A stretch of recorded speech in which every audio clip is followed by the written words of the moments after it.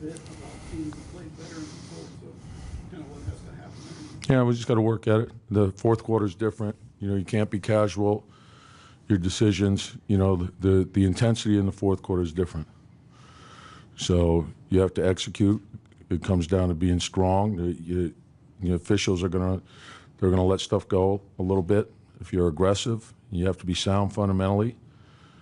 You have to own your space without fouling, right? But you got to be tough. You got to be tough-minded, and everyone has to be able to execute and do their job when the intensity is at its highest level.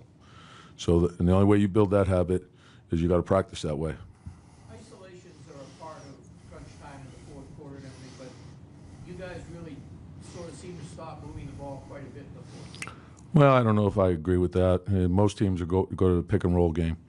So when you pick and roll game, there's going to be pressure on the rim. Some of your best ball movement comes off pick and roll. Pressure on the rim. That's what most teams are running in the fourth quarter.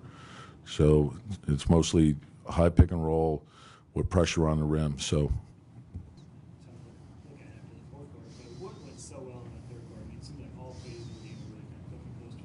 Yeah, no, I thought our defense picked up. I thought we got some stops, high energy, so got to make shots, got to attack. We got 45 free throws. The only way you're getting 45 free throws is if you're swinging the ball side to side to spread the defense out where they have to make calls on penetration.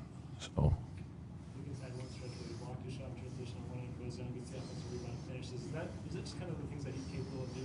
Yeah, but we can't pick and choose when we do it. We got to do it all the time, and that's the biggest thing. We can't take plays off.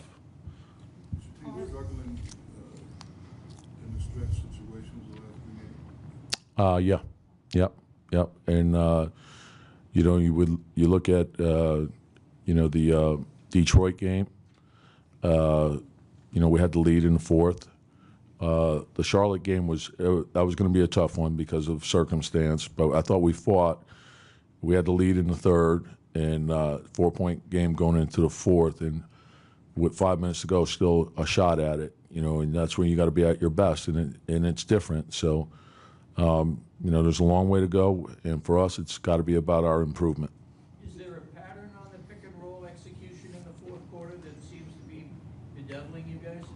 Well, I don't know if there's a pattern. It's, like you got to finish. I think the other thing, too, is, we do have the ability to get to the free throw line, and we get there often. So it's one of the things that I think we're very good at.